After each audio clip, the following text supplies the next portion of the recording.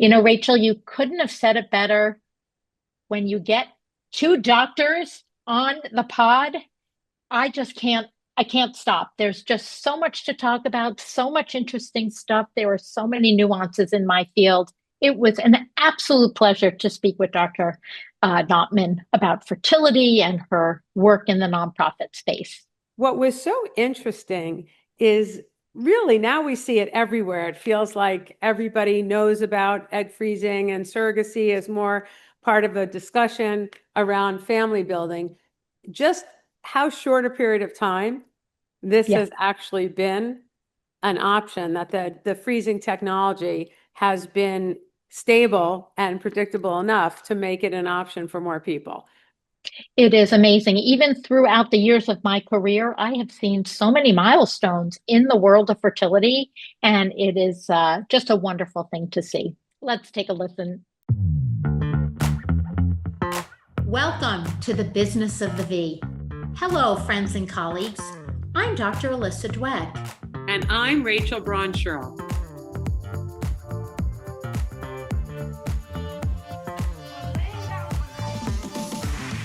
Each week, we bring you the most fascinating investors, inventors, entrepreneurs, academics, and healthcare practitioners who are making things happen in women's sexual and reproductive health. If you are a woman, know a woman, have a business, or care about your V health and wellness, fasten your seatbelts and listen in to another informative and inspiring episode. We are so excited today to welcome our guest, Dr. Jaime Knopman.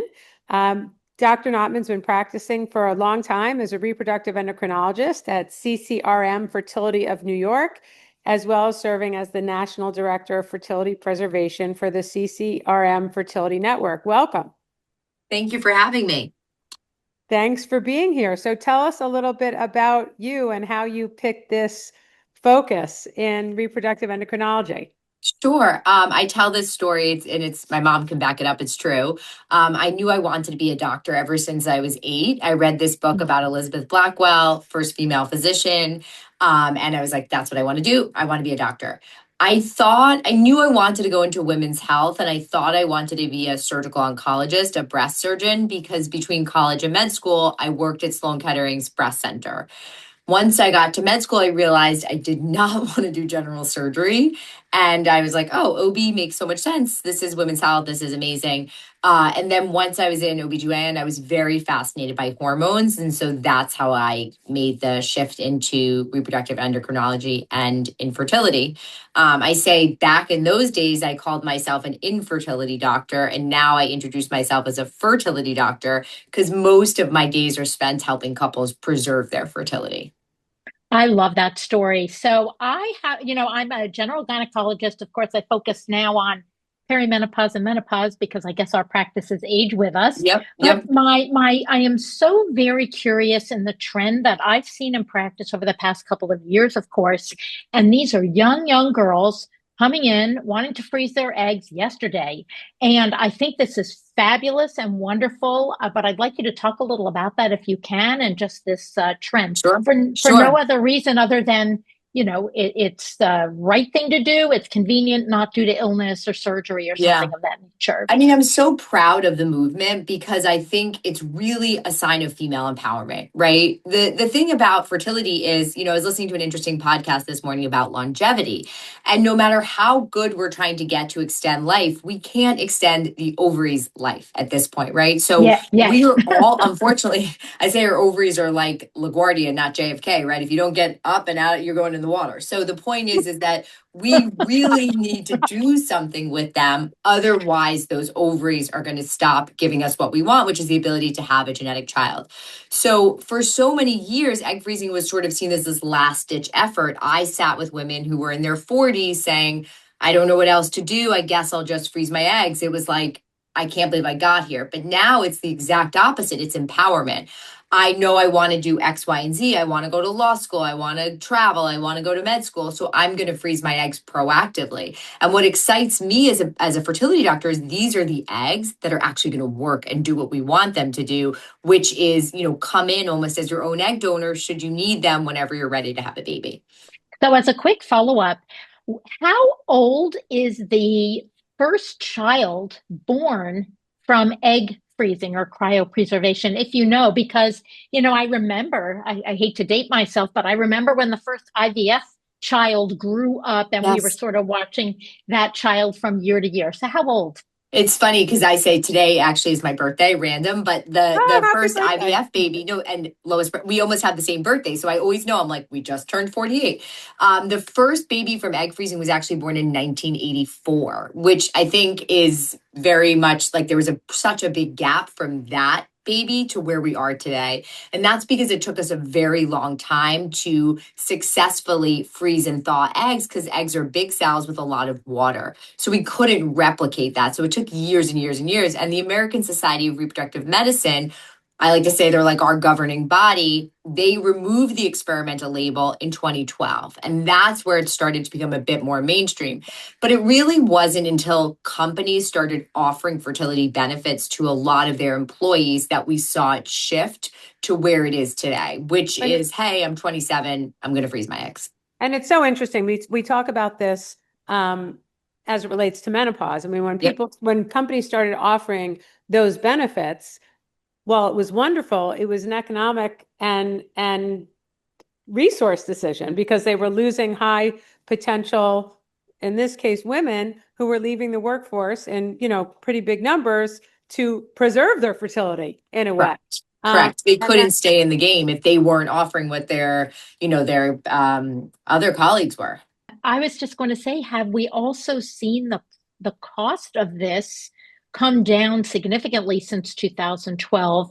I'm just wondering about Yeah. that because that was prohibitive for such a very long time. Yeah. And whether you're covered with insurance for this type of benefit or not, I just wonder how much it's come down. The price hasn't changed dramatically, but the coverage has gone up, and that's why more people have access to it. The one thing I say, like the patient I saw before we got on the phone, she's 29, right? So if a 29-year-old freezes her eggs, she's going to need less meds, right? Because her ovaries have so much more to give, less Mm. days of stimulation, and she'll only really need to do it one time. As we push and we get older, we need more meds, more cycles, right? So it's Yeah. really cost effective if you think about it to do it at a younger age because it's actually going to be so much less, so many fewer times if you do that.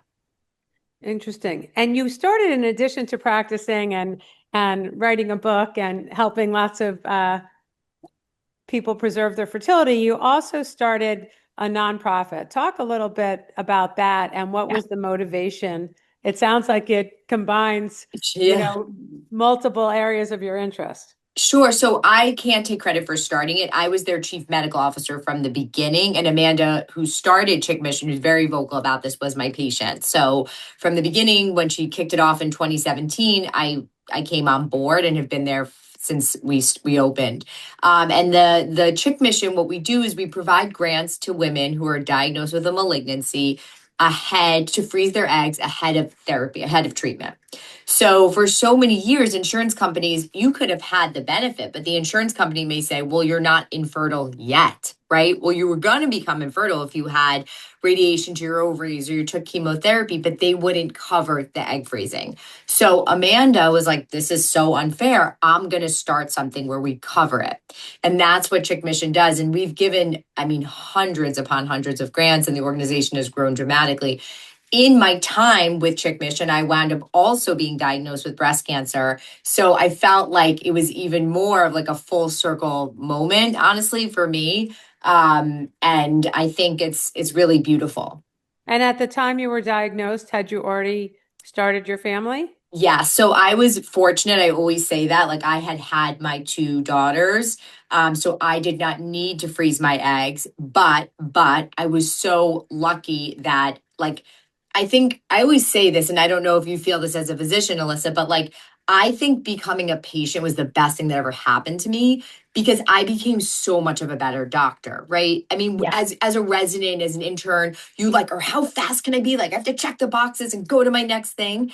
And I think I even was probably like that as a junior attending. Once I got a diagnosis that I was not expecting to get and had to deal with that, I was like, whoa, okay, we have to like change the way Yeah. we are as a physician. So I was super lucky. I was stage 1, but it gave me a lot of perspective. It gave me more empathy than I'd ever had.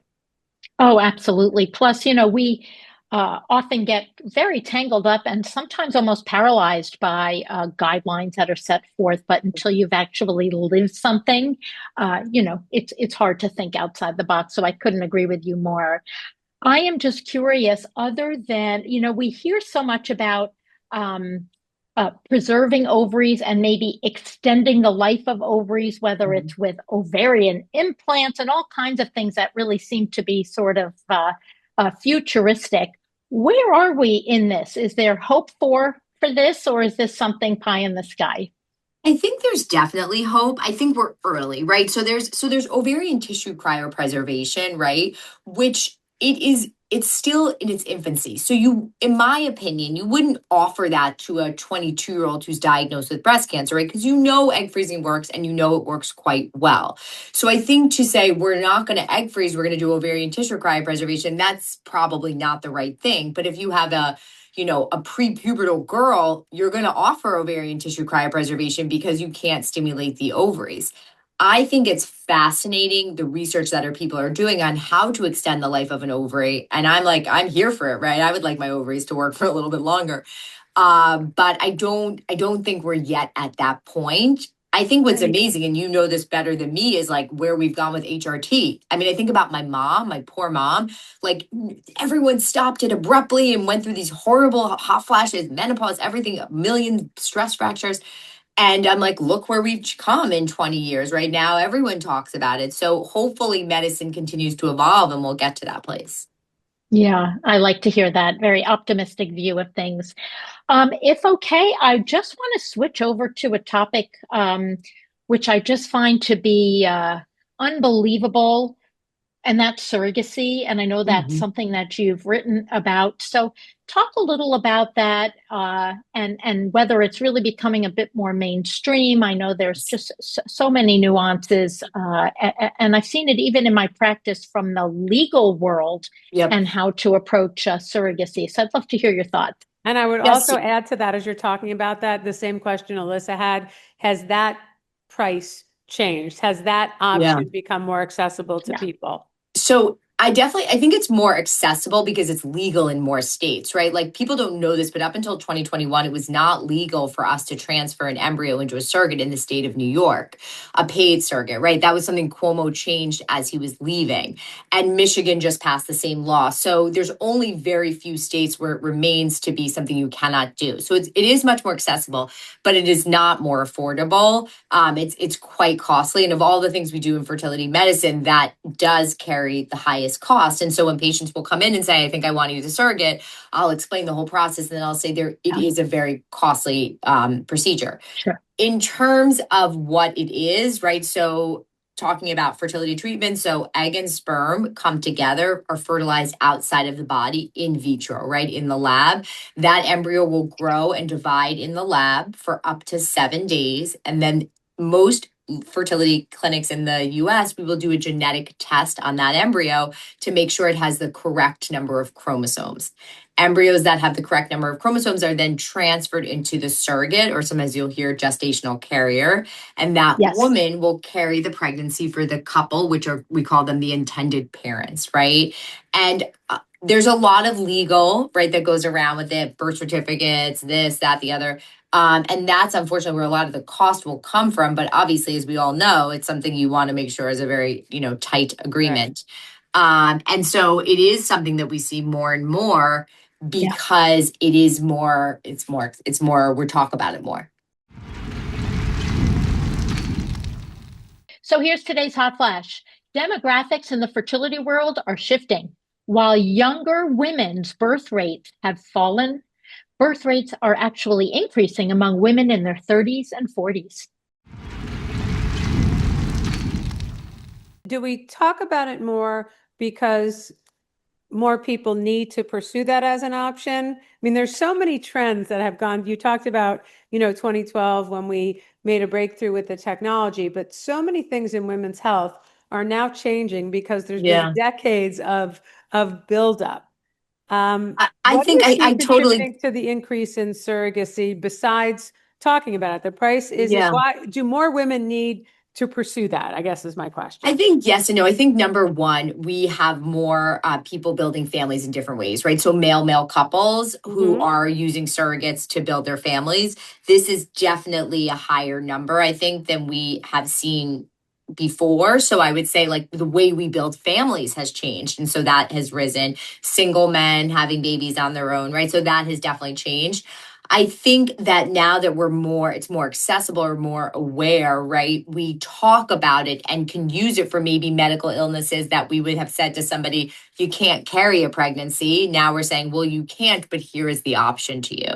So I do think that, yes, for a long time, people sort of took this view of like, oh, this person doesn't need it. They just don't want to be pregnant, right? And that really does not happen a lot, at least in my experience. I mean, I tell people that I'm like, most people want to carry a pregnancy if they can.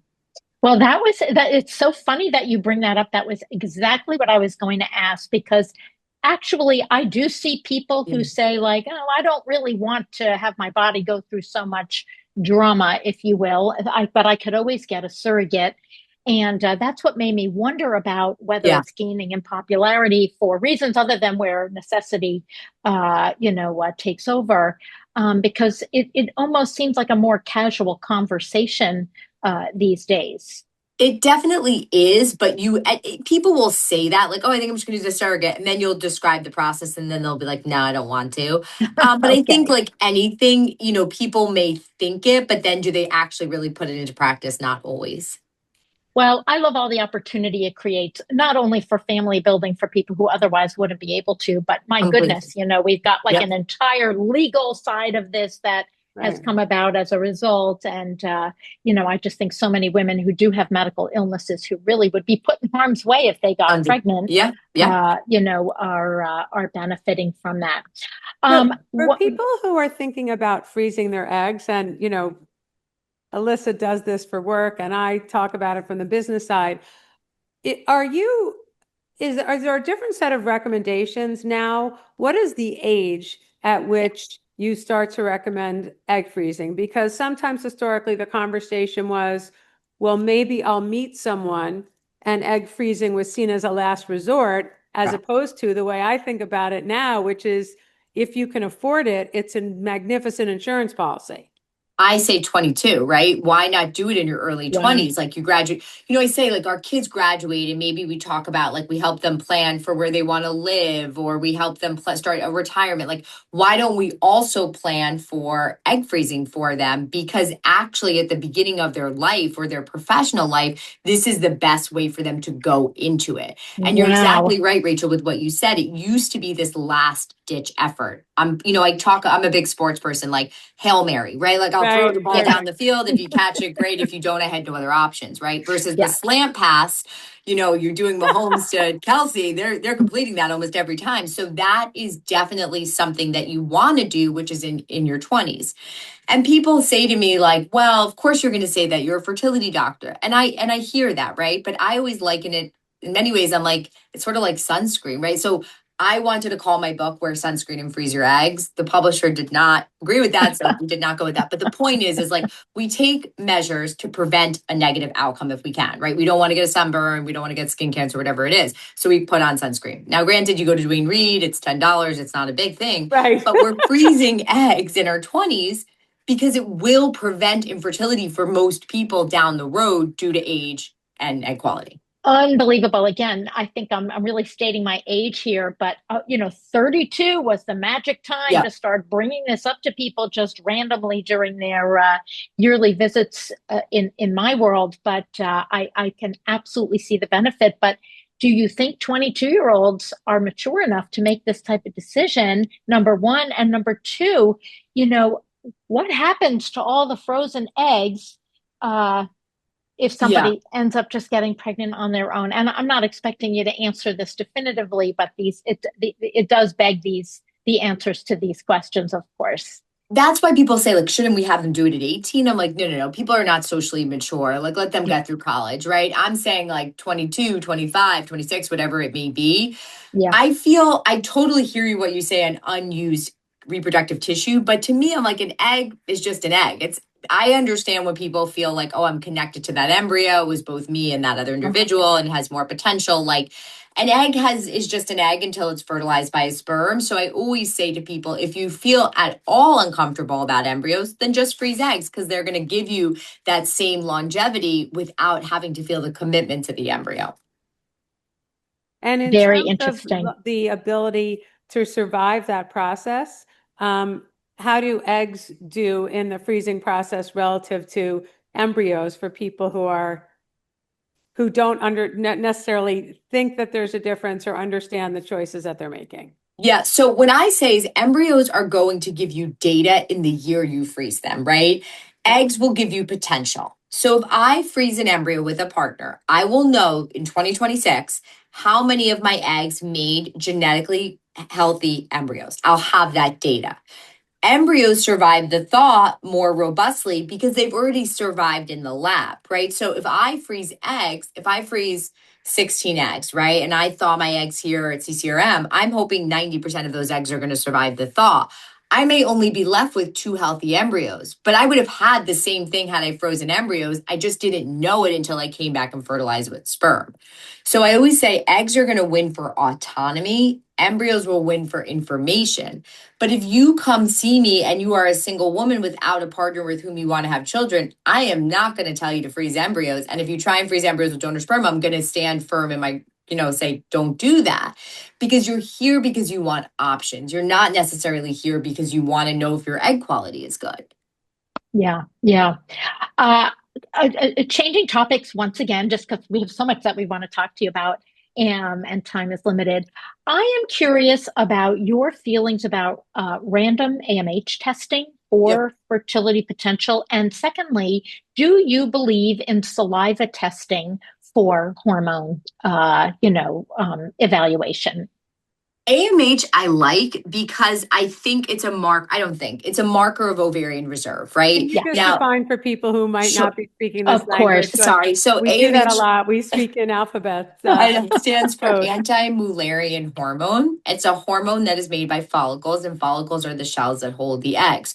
So the more AMH, the more follicles, the more follicles, the more eggs. So AMH is a marker of egg quantity or ovarian reserve, but it is not a test for fertility. And I say if I had a penny for every time I had to say that, I would be living on like some beautiful island and never working again because it's not a health measure. It's a measure of Yeah, quantity.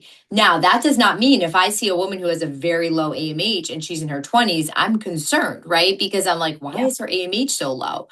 I will say to her, your AMH is significantly lower than it should be for your age. I don't know what the quality of your eggs are, but I know your quantity is lower. And then we have to remember, we're taught AMH should never fluctuate. It's a steady eddy. It doesn't matter. That's not true. So if I see a patient who's been on the pill for 20 years without a break, she is going to have a lower AMH level because she's been suppressed. So I have to take that into consideration when I'm yeah, analyzing. So I think it's well done with somebody to explain it to you, right? Like the places where people just get a blood test and then nobody would yeah, explain it, they would put it into chat GPT and be like, oh my God, I'm in menopause. And I'm like, no, you're not in menopause, you're getting periods, right? So that I think is important. I think the saliva testing, I think there's variability, right? And I think what happens is a lot of times people try and do at-home tests and then analyze them on their own. And while I also chat GPT a lot of the things that are going on in my own medical life, like there is a reason why somebody is trained and has a medical license to do that specific subspecialty, right? So yeah, like I always joke around, I have a lot of athletic injuries, and my friend is my orthopedist, and I'll like put it into chat and I'll tell him, and he'll be like, no, that's actually yeah, not what we're gonna do. So I'm like, oh, okay. So I think there is something to be said for a medical professional advising you. It doesn't mean that you can't get information. And if you're somebody who never ovulates, you want to know that your progesterone is never positive, right? Because then you may come in sooner to see us, but I don't think it's the end all be all that we want it to be. yeah. I find this so interesting. In the past, and not that long ago, everybody was going to Dr. Google in the middle of the Yeah. night to ask these questions, and now it's Dr. Chat, which is Yeah. fascinating. I have one more question before we let you go. It does appear, I mean, we use these statistics 1 in 6, 1 in 7, 1 in 8 couples will struggle with infertility. Are there consistent reasons why you see that is the case? And I know we talk about the environment, we talk about the food sources, but is it real that the number of or percentage of people struggling seems to go up? Yeah, it does. And I always say number one, number two, number three, it's age, right? So that is the primary risk factor for infertility. Now, that doesn't mean that there are probably toxins in our environment, which have also contributed, but that is not as clearly represented, right? We don't know what it is. So people say, would you drink water out of a plastic bottle? Would you let your kids? I'm like, well, if it's between plastic and glass, I'm going to pick glass, right? But it doesn't mean that I'm sitting there thinking, oh my goodness, I think this is the cause of the infertility, right? So I think it's really age and pushing things off to later ages. Yeah. Well, thank you so much. I could talk about this for all day. Hours and days. I mean, me too. Clearly, that is what I Yes. do all day. I'm like, all I do is talk about fertility all day. So interesting. Thank you so much for joining us. We all are going to be on the lookout for your practice, of course, but also for your book and all of the wonderful work you're doing with the nonprofit. Thank you so much for having me. And we're summer in New York City now. So here we go, right? Yeah. Thanks so much. Great. Have a great night. Bye, guys. Bye. Don't forget, subscribe to our podcast at businessofthev.com for the latest trends and trendsetters in women's health and business.